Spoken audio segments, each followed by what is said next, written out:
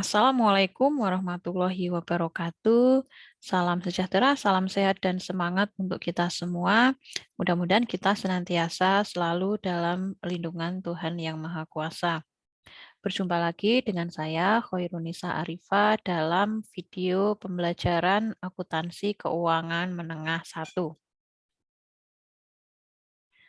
Pada kesempatan kali ini, kita akan mendiskusikan bagian kedua dari bab laporan posisi keuangan dan laporan arus kas, yaitu topik mengenai laporan arus kas.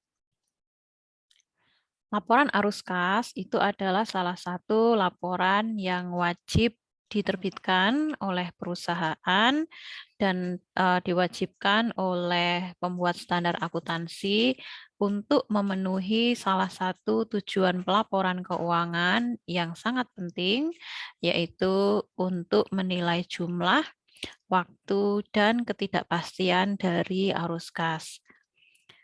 Dan di sini tujuan utama dari laporan arus kas itu adalah untuk menyediakan informasi yang relevan atas kas yang diterima atau kas yang masuk ke entitas dan juga pembayaran kas atau kas keluar dari entitas yang terjadi selama satu periode.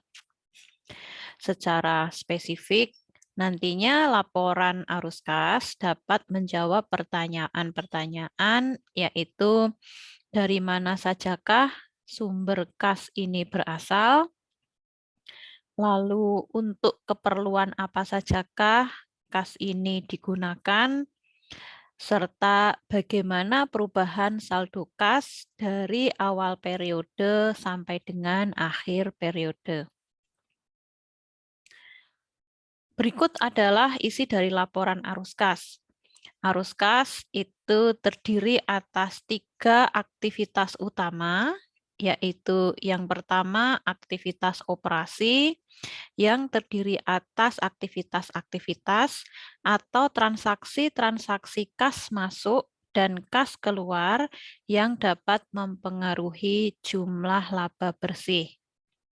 Yang kedua adalah aktivitas investasi yang terdiri atas aktivitas-aktivitas memberikan dan menagih pinjaman, menanam atau melepaskan investasi, serta membeli dan melepaskan aset tetap. Sedangkan yang ketiga yaitu aktivitas pendanaan, itu terdiri atas aktivitas-aktivitas atau transaksi-transaksi yang terkait dengan liabilitas jangka panjang dan ekuitas yang merupakan sumber utama pendanaan perusahaan.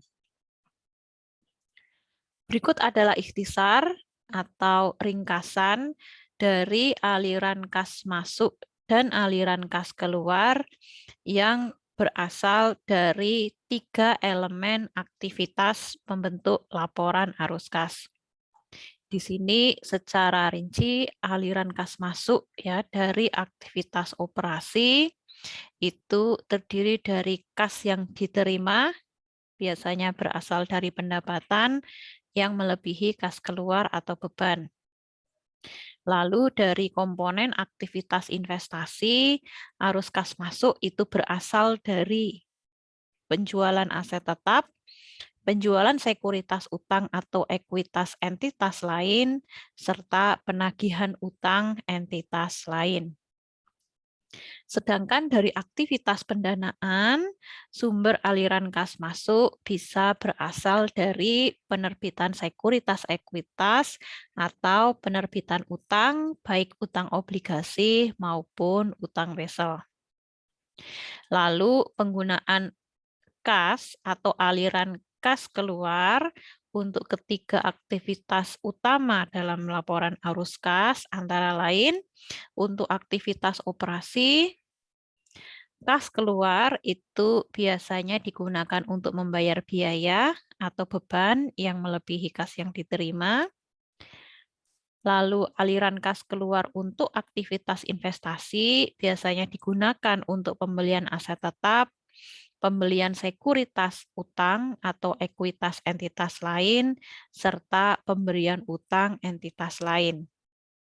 Sedangkan aliran keluar dari aktivitas pendanaan itu digunakan untuk membayar dividen, membayar atau melunasi utang, serta akuisisi atau pembelian kembali saham biasa. Selanjutnya, bagaimana penyajian atau persiapan penyajian dari laporan arus kas? Dalam menyajikan laporan arus kas, tentu saja kita perlu menyiapkan sumber-sumber informasi yang relevan dengan penghitungan aliran kas dari ketiga aktivitas utama, ya, aktivitas operasi, investasi, dan pendanaan. Sumber informasi tersebut dapat diperoleh dari yang pertama adalah laporan posisi keuangan komparatif yang membandingkan posisi aset, liabilitas, dan ekuitas perusahaan tahun berjalan dengan tahun sebelumnya. Lalu yang kedua adalah laporan laba rugi tahun berjalan untuk mendapatkan informasi laba bersih, serta data transaksi yang dipilih yang relevan dengan penyusunan laporan arus kas. Berikut ada ilustrasi untuk perusahaan telemarketing yang beroperasi pertama kali pada 1 Januari tahun 2019. Pada tahun 2019, dalam rangka pendirian perusahaan, telemarketing menerbitkan 50 lembar saham biasa dengan nilai par $1 seharga 50.000 secara tunai.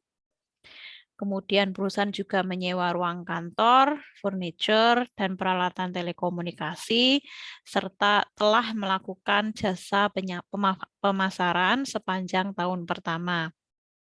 Pada bulan Juni 2019, perusahaan membeli tanah seharga 15.000.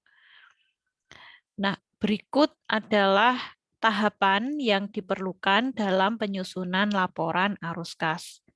Ilustrasi ini menunjukkan informasi yang bersumber dari yang pertama adalah laporan posisi keuangan komparatif dari 1 Januari 2019 hingga 31 Desember 2019.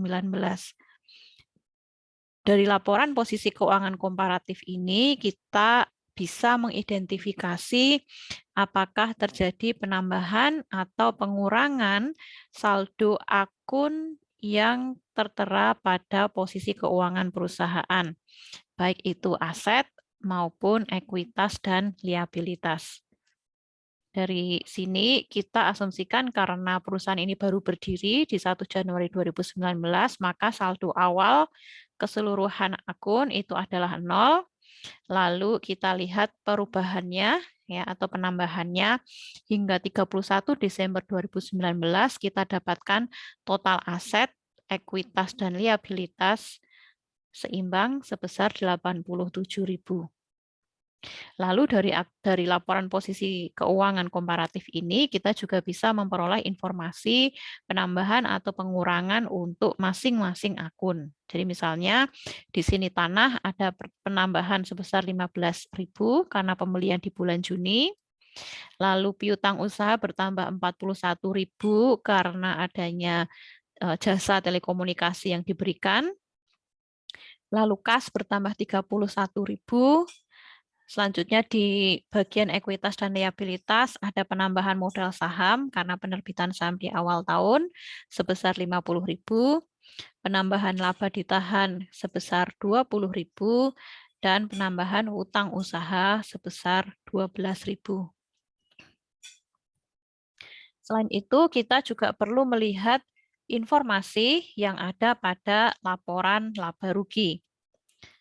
Pada laporan laba rugi di sini kita mendapatkan informasi laba bersih perusahaan yang diperoleh dalam 1 tahun berjalan atau periode berjalan sebesar 39.000.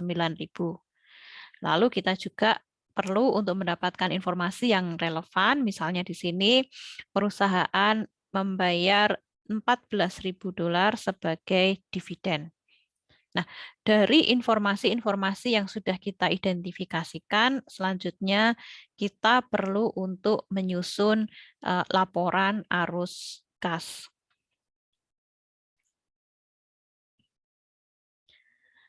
Berikut adalah laporan arus kas yang akan disusun oleh perusahaan ini.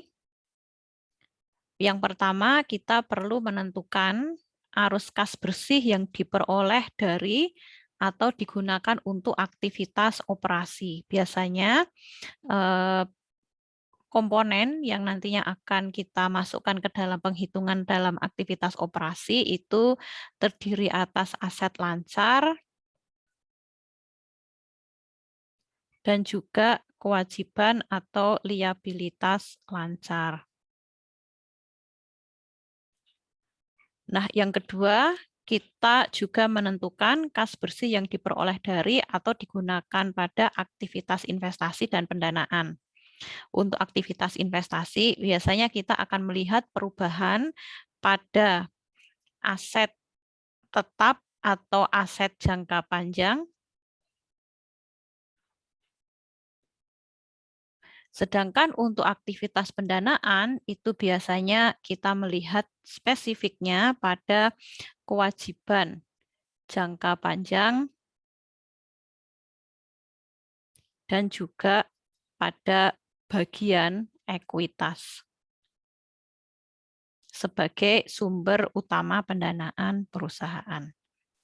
Lalu selanjutnya kita menentukan perubahan atau peningkatan atau penurunan kas dalam satu periode untuk masing-masing aktivitas.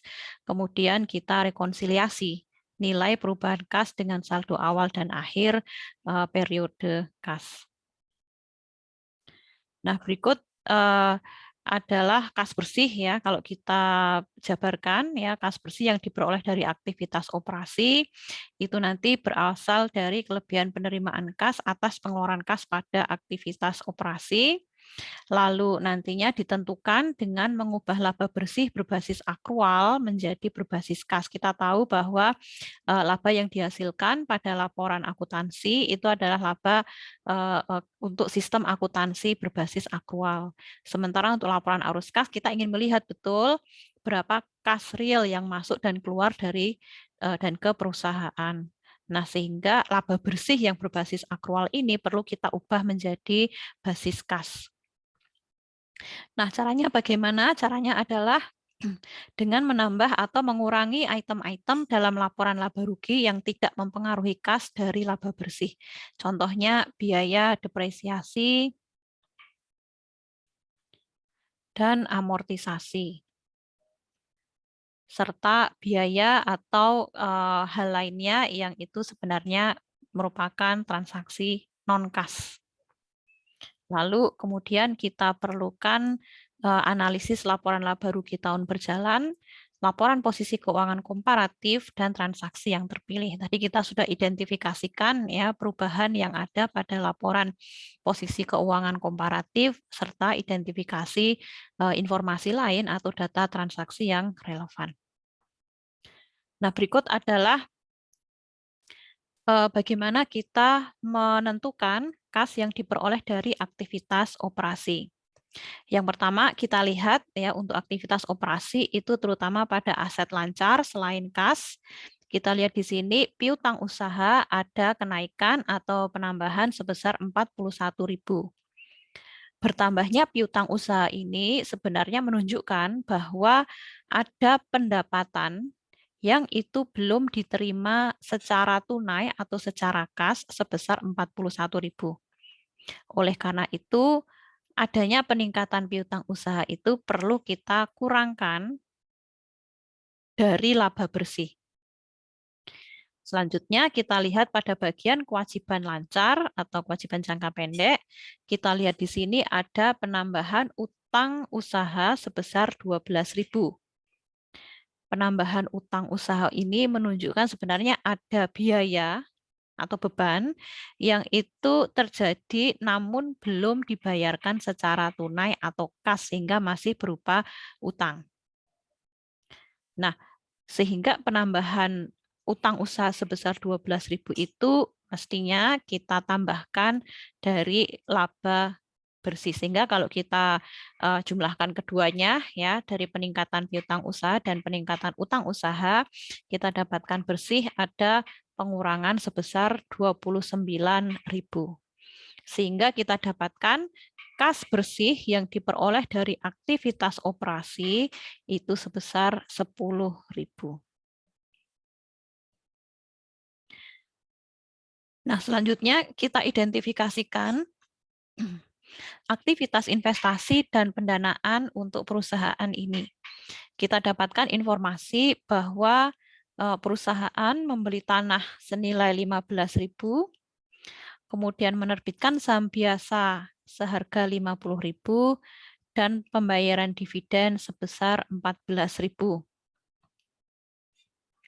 Kita masukkan ke dalam komponen kas atau arus kas dari aktivitas investasi, yaitu pembelian tanah senilai 15.000 yang merupakan bagian dari arus kas keluar untuk aktivitas investasi. Jadi ada tanda negatif di sini.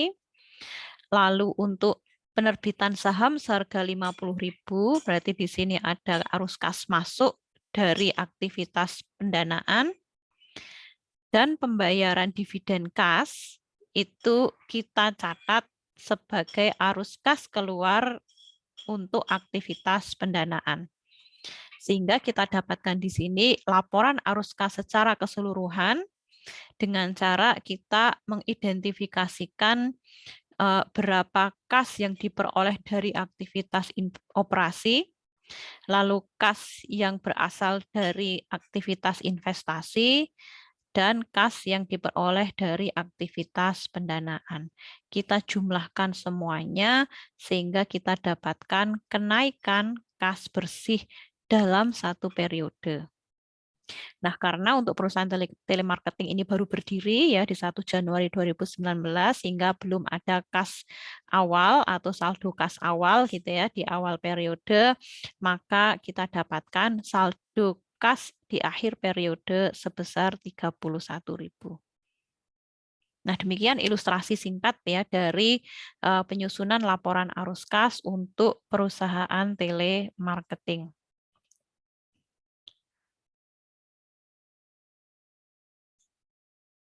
Nah, selanjutnya ya dalam pengungkapan informasi seputar laporan arus kas, kita perlu juga mengidentifikasi apakah ada aktivitas non-kas yang signifikan. Apabila ada, maka untuk aktivitas non-kas yang signifikan itu harus dilaporkan secara terpisah atau dengan catatan terpisah atas laporan keuangan.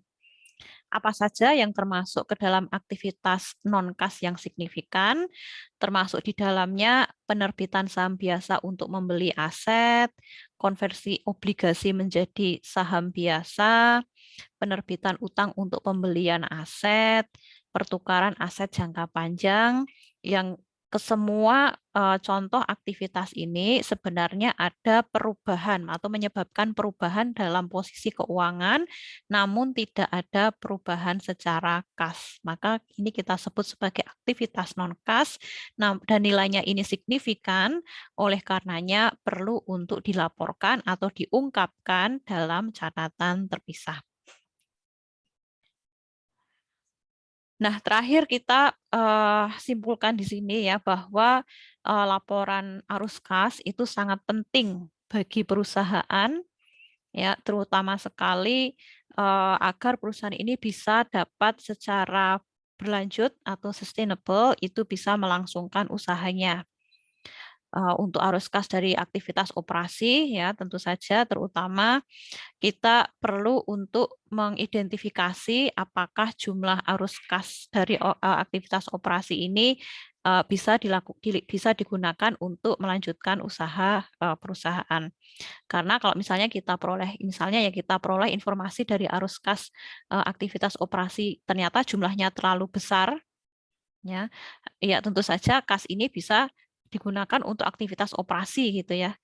digunakan untuk melakukan aktivitas operasi, membayar tagihan tanpa harus ada pinjaman lain, gitu ya. Namun kalau kita lihat jumlahnya terlalu besar, ya perlu kita waspadai, jangan sampai terjadi over capacity.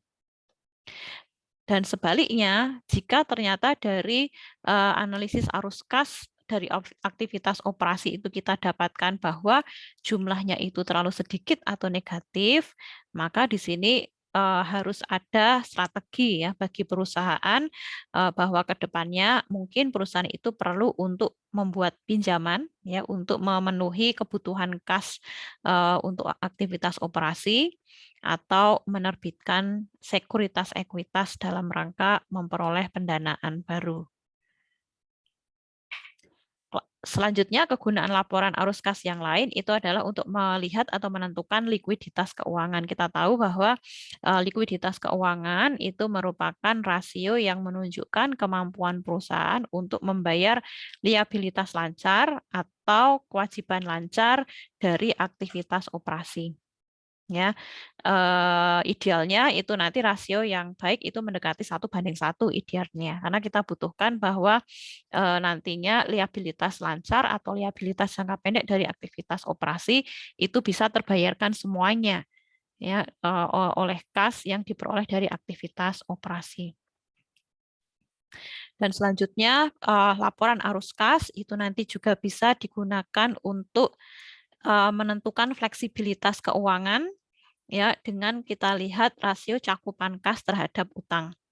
Rasio ini akan menunjukkan kemampuan perusahaan untuk membayar liabilitas menggunakan kas yang diperoleh dari aktivitas operasi tanpa harus melikuidasi aset yang digunakan dalam operasi. Ini nanti akan menjadi rasio yang sangat penting untuk melihat seberapa fleksibel kas yang dihasilkan oleh perusahaan dari aktivitas operasi nantinya digunakan untuk membayar tagihan-tagihan di masa yang akan datang tanpa harus melikuidasi aset. Dan yang terakhir itu adalah kegunaan laporan arus kas untuk menentukan arus kas bebas atau free cash flow. Caranya adalah kita mengurangi ya arus kas yang diperoleh dari aktivitas investasi dengan rencana perusahaan misalnya untuk menggunakan arus kas tersebut sebagai sumber pendanaan untuk belanja modal atau untuk pembayaran dividen. Kita di sini arus kas bebas di sini berarti ini adalah arus kas yang memang sudah digunakan untuk belanja modal dan juga untuk membayar dividen kepada pemegang saham sehingga di sini merupakan arus kas yang nantinya bisa digunakan oleh manajemen ya sesuai dengan discretionary mereka ya atau sesuai dengan diskresi mereka untuk melakukan strategi perusahaan di masa yang akan datang. Nah, demikian pemaparan materi mengenai laporan arus kas. Mudah-mudahan bisa dipahami dengan baik. Silahkan untuk menunjang pemahaman Anda. Anda bisa membaca lebih mendetail materi mengenai laporan arus kas di dalam buku teks. Terima kasih atas perhatian Anda. Semoga senantiasa sehat dan semangat. Wassalamualaikum warahmatullahi wabarakatuh.